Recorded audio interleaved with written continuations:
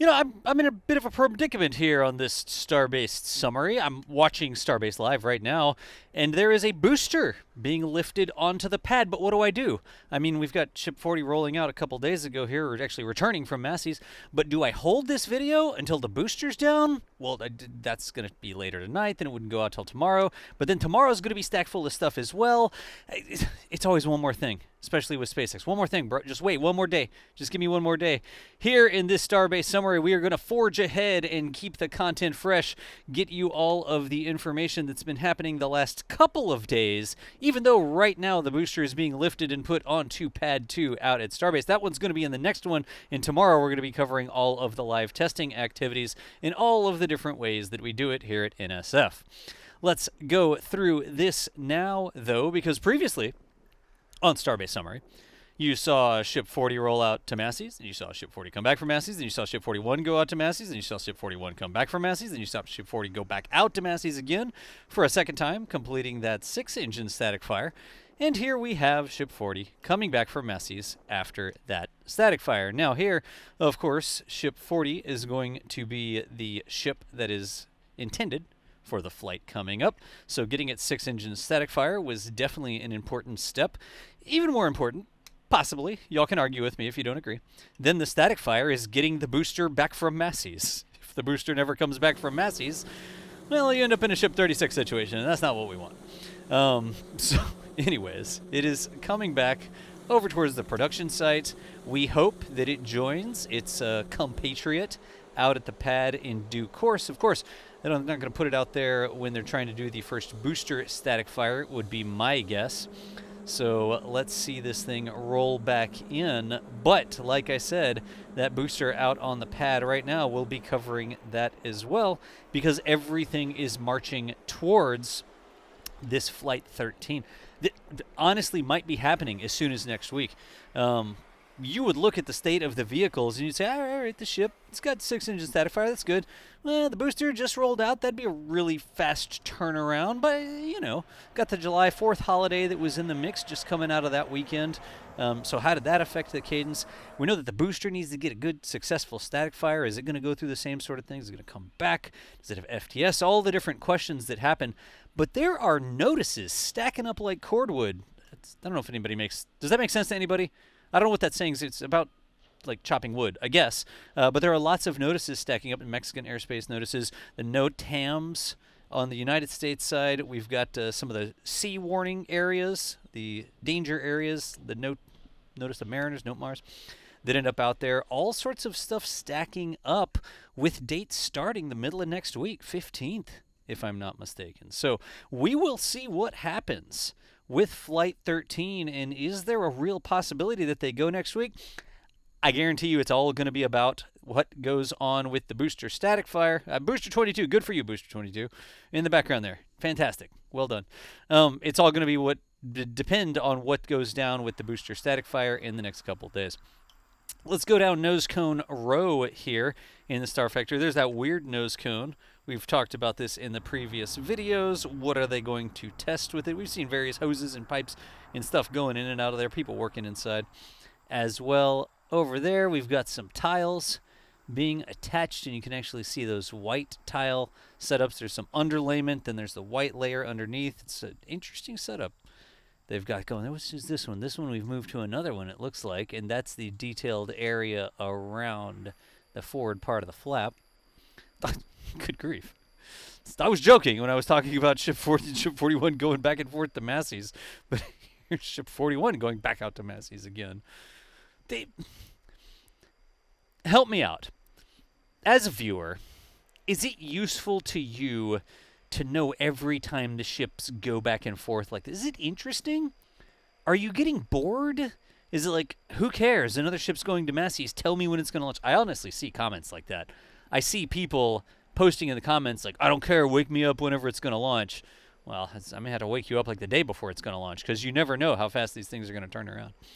But I'm curious, if you come to a video like this and it's like, man, another booster rolling out, those are super interesting purple springs. Do you really find value or information in that? Or is it like, oh my gosh, the only reason I come here is for the launch dates, just tell me what the launch dates are? I am curious. I know there's going to be a subset of people who are like, oh, yeah, absolutely. I want to see every time one goes back and forth. It helps keep you informed about what the launch dates might be. And I guarantee you there's going to be other people that are just like, nah, don't bother me unless it's launching tomorrow. Like, I got plans. I don't need to worry about how many times the ship goes back and forth to Massey. I'm super curious. I can see it both ways. And honestly, I know there's lots of different types of space fans, people who follow it different ways. Probably people who see a Starship video in their list and they're like, man, I don't care. I don't want to watch a Starship video. That's fine. There's all sorts of different folks are allowed to watch space or YouTube or whatever the heck you want in whatever format they desire. Anyways, making it all the way back over here. This is actually a couple days ago, July 3rd. It's more than a couple. It's July 9th. Where does the time go, folks? Here we're going to hop over to July 4th now. Of course, there was that big celebration. Should have some fireworks coming up here later in the video. Got a U.S. flag. Lofting? Flying? Fluttering? A flag that big, I don't think you can really say a flag that big flutters. I don't even know if it flaps. It like flops at certain sizes. That flag is a ridiculously huge flag. Colleen getting some really cool shots. I appreciate Colleen lining this up so that the flag is flying sort of in the direction you would expect. I understand the backwards flag looking. Here you go. Like a backwards flag like that, right? If the flag was going from left to right, it would fly like that with the blue square on the right-hand side. But it just, yeah, you see it on the tail of a plane or whatever, and you look at it and you're like a double take sort of thing. Yeah, look at that. You know, I appreciate that they still take time out of the day to do stuff like that, to put flags on cranes and that sort of stuff. Doesn't always get done, doesn't always reach the top of somebody's priority chain, but I am glad that somebody out there says, you know what we should do? We should lift a flag up for the 4th of July. McGregor crane team, I'm talking to y'all. You need to get your act together. I didn't see any flags out at McGregor this time. I do watch. Anyways, cool fireworks show. People out there on Boca Chica Beach. Apparently, news I just saw on social media will continue to be called Boca Chica Beach. Not going to be renamed Saba Beach or whatever they were trying to rename that place. I get it. You park some Cybertrucks there occasionally. That's cool. I'm glad you're enjoying it. The whole place is Starbase now. Let's leave Boca Chica Beach, the little mouth of the big river there, please. On to July 8th, after the festivities, there is some more construction of that more permanent, I want to call it like a blast shield, like a deflector shield, but that would just be me making up words to make it sound cooler. Oh, wait, listen. No, turn it up.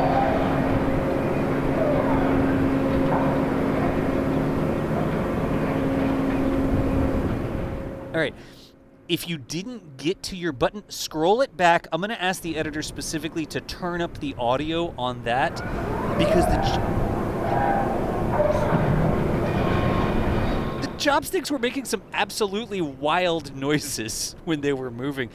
The other crazy thing about this is if you sort of put your finger next to the tower, you can see the entire tower flex back and forth. Let's see, I'm watching. When this thing comes to a stop, that whole tower, look at the pixels of that entire tower shaking back and forth. It is absolutely wild.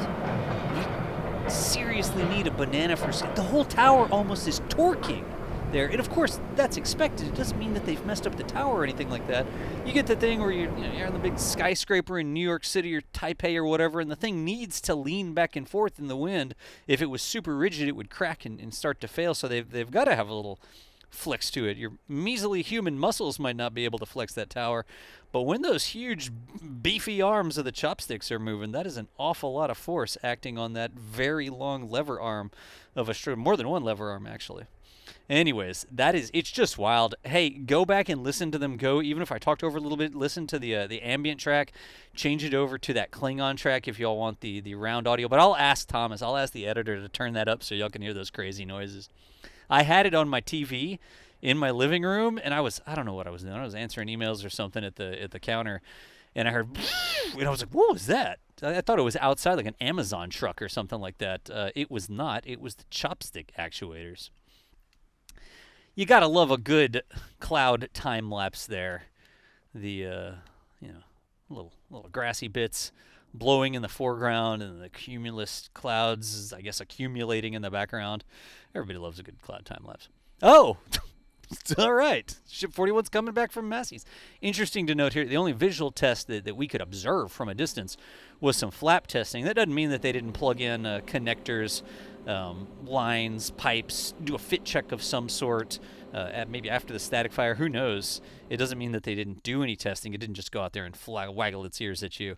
They rolled it out for some reason. So rolling all the way back to the production site, turning on Remedios past the mural in between the Mega Bays, and then into Mega Bay 2, the home of starships. Neat. In any event, folks, that's the Starbase summary. Hey, the next one hopefully is going to have that booster lift and static fire in it. We will see, but wanted to get this one to you fresh.